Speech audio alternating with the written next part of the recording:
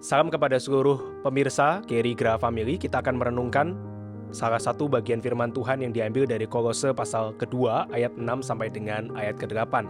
Saya akan membacakan beberapa ayat ini bagi kita bersama. Kolose pasal kedua ayat 6 sampai dengan ayat ke-8.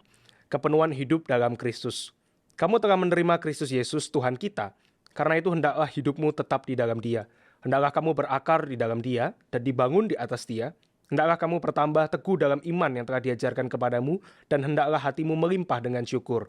Hati-hatilah supaya jangan ada yang menawan kamu dengan filsafatnya yang kosong dan palsu, menurut ajaran turun-temurun dan roh-roh dunia, tetapi tidak menurut Kristus.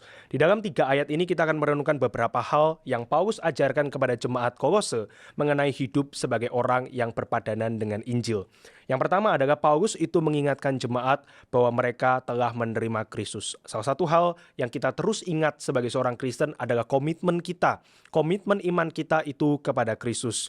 Ya, Paulus katakan ketika mereka sudah menerima Kristus, maka akan ada satu bagian yang lain, yang selanjutnya yang mereka harus ikuti. Di dalam ayat ke-6 dia mengingatkan bahwa kamu telah menerima Kristus Yesus Tuhan kita, maka atau karena itu hendaklah hidupmu tetap di dalam Dia. Ya Bapak Ibu sekalian, kalau kita mengatakan seorang itu menerima Kristus, kita akan mengingat bahwa orang itu menjadi seorang petobat baru misalnya. Mereka baru percaya, kemudian dibaptiskan, kemudian masuk ke dalam gereja, dan ini kita sebut sebagai orang yang telah menerima Kristus. Tetapi di dalam bagian ini ada pengertian nuansa yang lain Bapak Ibu sekalian.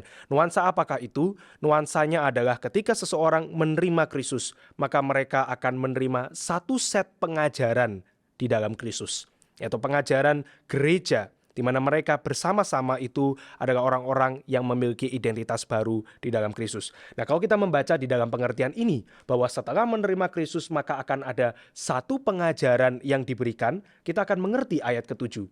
Ya, Paulus mengatakan sekali lagi, hendaklah kamu berakar di dalam Dia, dibangun di atas Dia, hendaklah kamu bertambah teguh dalam iman yang telah diajarkan kepadamu, dan hendaklah hatimu melimpah dengan syukur. Ya, kita memahami ayat ke-7 ini ketika kita sudah membacanya di dalam pengertian tadi. Menerima Kristus artinya kemudian menerima satu pengajaran atau satu set pengajaran di dalam Kristus.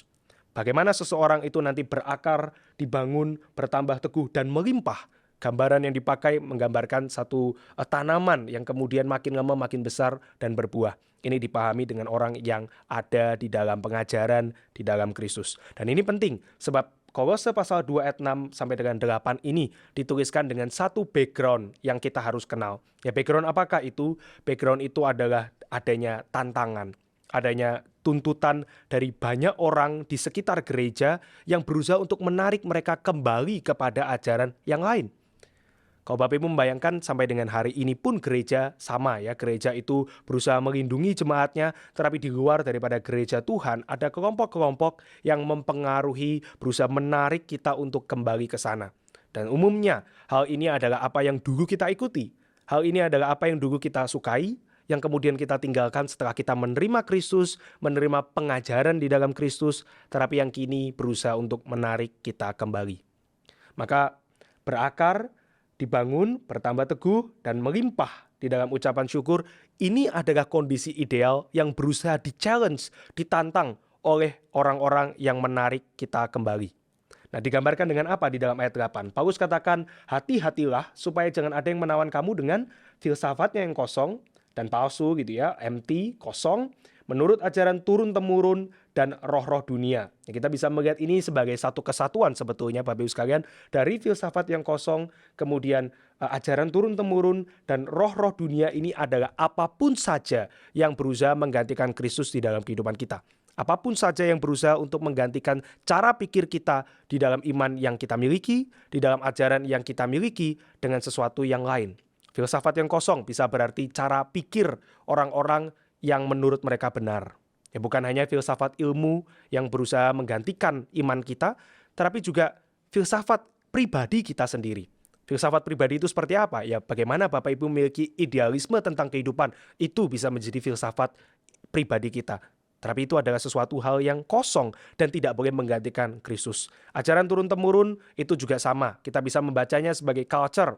Kita bisa membacanya sebagai satu kebudayaan. Tetapi yang saya maksudkan di sini lebih tepatnya adalah kita harus jeli dengan culture yang sifatnya pribadi. Ajaran turun-temurun yang kita pegang secara pribadi yang tidak boleh menggantikan Kristus. Dan yang ketiga adalah roh-roh dunia. Tidak ada dewa-dewa berhala, itu tidak nyata Bapak Ibu sekalian.